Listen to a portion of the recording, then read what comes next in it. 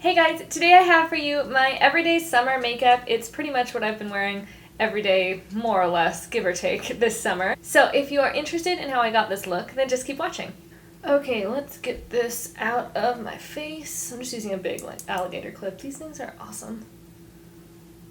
This afternoon I'm going to spend some time outside, so I'm going to put on a sunscreen. This is the new Tarte Tarteguard sunscreen. I think it's SPF 30. So I'm just going to put a couple squirts of that on my hand and slather it on my face. Because otherwise I will end up very pink.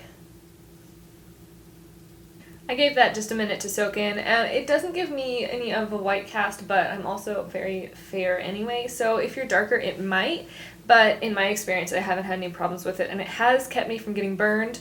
I know that for sure because there was one day I went for a walk and I put sunscreen on my face and forgot to put it on my shoulders. I was wearing a tank top and now I have like my swimsuit line and my tank top line from that one morning. It's really ridiculous, but it does work. Thumbs up for me on the Tarte Tarteguard. For foundation, I'm going to do a little bit of a first impression with the new Remarkable foundation from Marc Jacobs. This is, I have it in two colors. I brought it home in 10 and in 12 because I wasn't sure which I would wear. I think typically I would be 10, but I think right now I'm darker enough than normal that I'm going to try the 12, and if I need to put a little bit of the lighter one on to correct it, I can do that. And this is when you're supposed to shake first, so we'll see how that works in this little sample jar. I'm just going to buff that in with the Expert Face Brush. Ooh, yeah, yellow. It's a lot of coverage though, and not very much product. Wow, so I haven't tried this foundation before. I put on way too much, and I don't feel like I put on that much more than I have been. I've been using the Born This Way from Too Faced, their new foundation. I don't feel like I put on more than I have been with this, and I straight up look like I have a mask on right now. It is nuts. So the thing with the Marc Jacobs is that it's a foundation concentrate, is what they say. It's like supposed to be, I think, 4 times more pigment than most foundations, and I was kind of scoffing at that, but I believe it. It's really, really pigmented, and I think if you wanted this to be full coverage, it would be that easy, because I cannot see my skin at all. It's kind of terrifying, actually. So I just went to the bathroom and wiped it all off. And now I'm going to go in with, I'm going to go back in with just number 10, and I'm going to go in very lightly. So I just dabbed my finger in once. I'm going to tap that all over my face and start there, because that was some scary shit. This is the Sephora Collection Pro Airbrush Blender number 78 brush. Now it has makeup all over it. Seriously, this foundation is not joking around. It's on my fingers, it's everywhere. With really amazing coverage. Yeah, so that one little fingertip's worth pretty much did as much as I needed it to. I am going to put just a little bit more around the perimeter because I mostly concentrated that in the center. But yeah, go really lightly handed on this, unless you need like cake face. The finish on it is really nice though. It's sort of a, what are they calling it now, the natural matte, where it does have just a little bit of dewiness to it, but it's not outright glowy. The color right now is pretty close, but maybe just a little bit light. It's hard to tell on these lights because they wash it out, but I think in the winter when I've lost some color, if you compare it to here, it's a little more obvious. My chest is pretty dark right now, but I think in the fall, winter, spring, it'll be pretty close to the right color for me. So I'll just bronze it up a little today and it'll be fine. Next, I'm going to go in with concealer, and right now I'm using the Lancome Effacarnes, I don't know how to say it, and you can't even read it anymore, but I will post it down below. In the color Porcelain I, which is their lightest shade. I'm going to squeeze a little bit onto my finger. And under my eyes, and then a little bit around my nose. Then I'm going to take a fluffy, I'm going to take a fluffy eyeshadow brush. This is a fluffy eyeshadow brush from the Sonia Kashuk 15th anniversary collection. Just blend that in. Next, I'm going to put on my eyeshadow primer. I am, of course, using the Too Faced Shadow Insurance because shadow insurance is my life. And then I'm going to go in with the Anastasia Dipbrow in the color Taupe. and a flat angled liner brush. And I'm just going to take some of that on the brush, wipe it off in the top of the cap so there's not too much. Starting in the center of my face, straightening and strengthening the bottom line of the eyebrow, and then flicking the rest, whatever's left on the product, up through the brow.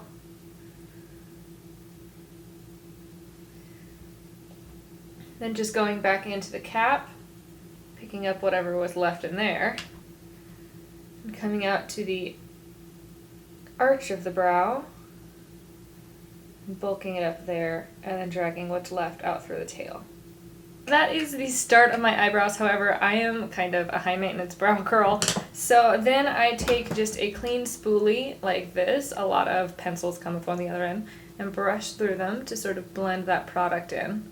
Then I'm going to go in with the L'Oreal Brow Stylist Plumper, which I did pick up in the light medium shade, and brush that through the front, going upward, and then pulling it through the rest of the brow.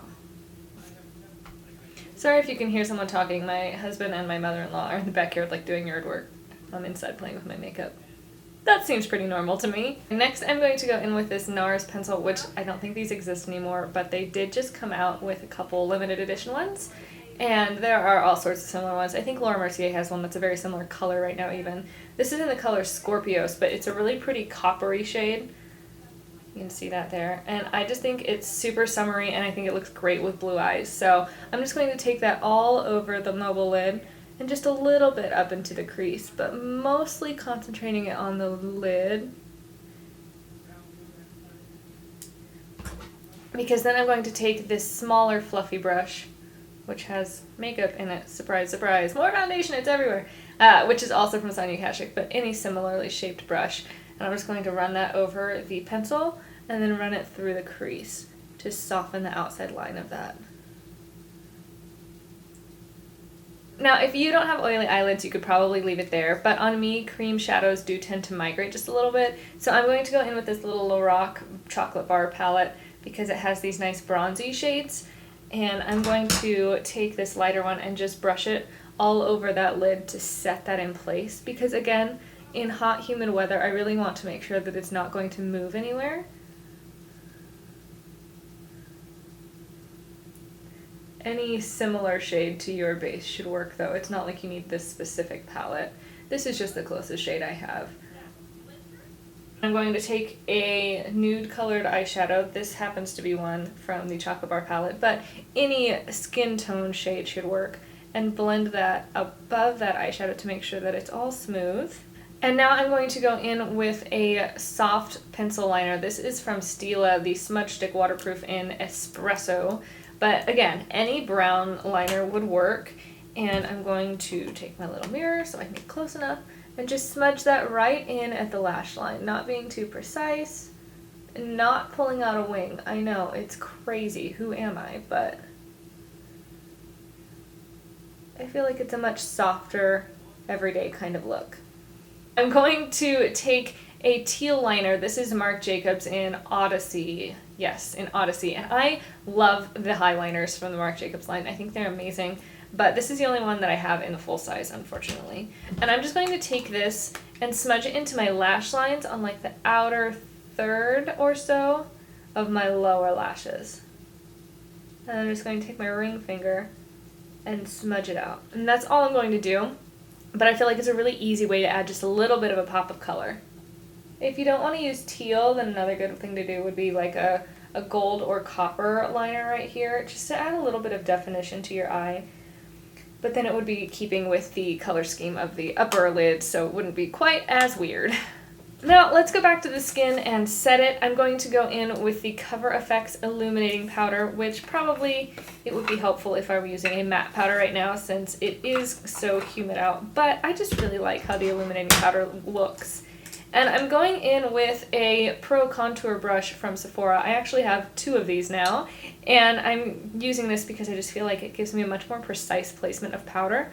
So I can just go right in on my cheeks and these nasolabial folds where I really do get greasy, and just powder right where I need it kind of leaving the rest of my face alone.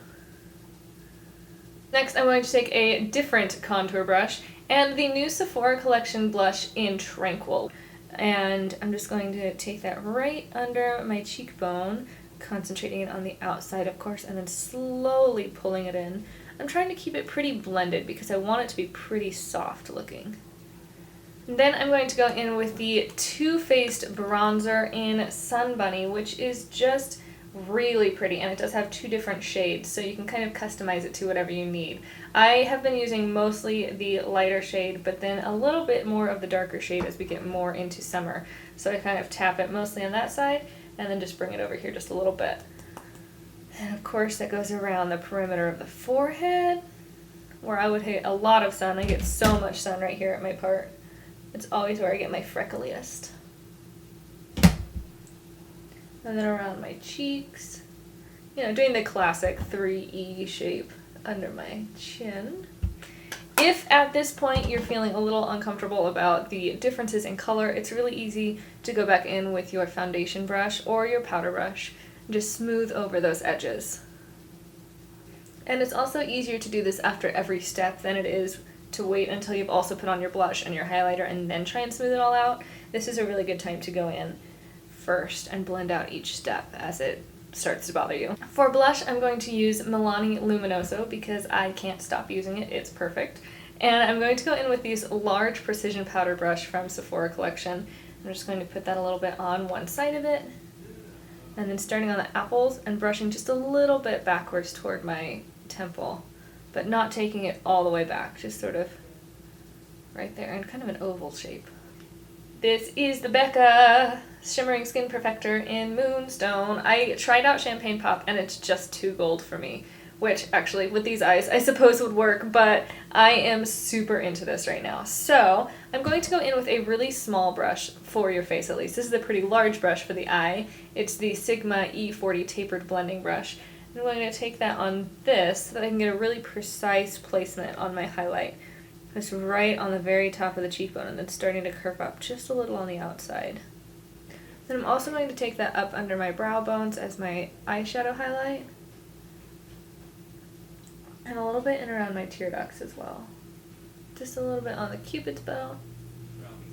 Right down the center of the nose. I wish they would make a pressed in pearl though, because pearl is my favorite. It's practically white and I love it, but alas, alack. Someday, maybe. I'll cross my fingers. At this point, I am going to spray down my face with Make Up Forever Mist and Fix. I prefer to do it now rather than after my mascara because then I tend to get mascara all over my face instead. Now I'm going to go in and curl them lashes, and today I'm going to use the Maybelline Full and Soft Mascara. I think I'm going to try, and we'll see if I like it or not, the Kat Von D Studded Lipstick in Lolita, which I have a little mini of from last Christmas. And then I'm going to top it with this nude Marc Jacobs lipstick? This is not a lipstick. Lip gloss in Moon Glow. So let's give this a shot and we'll cross our fingers.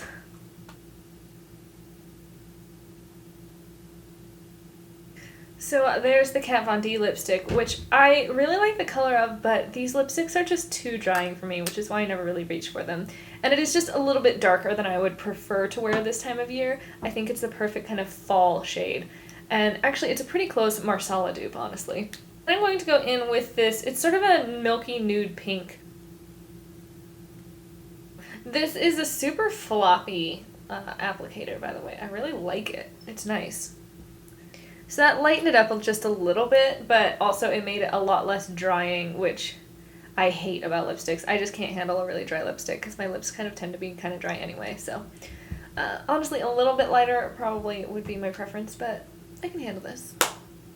It's pretty. So there we have it, my more or less everyday makeup look this summer. It's really fresh and healthy looking, I think, and the eyeshadow is pretty prominent, but it's super easy. It's just one easy sweep across the eye. And then just a little bit of pop of color, which you could pull out if you wanted. I wore this last week, and I really pulled it out and winged it and put a winged eyeliner on top, and it made it a lot of fun. I also did that with a purple recently, too. It was super great. It's on my Instagram feed if you want to see it. And I think the lips are very everyday classic. I don't really think you can go wrong with these. My hair has tended to be very messy. I'm like, how messy can I make my hair, basically? I'm in the middle of growing it out, kind of. I haven't really decided if I want to grow it out or not, but it is definitely growing.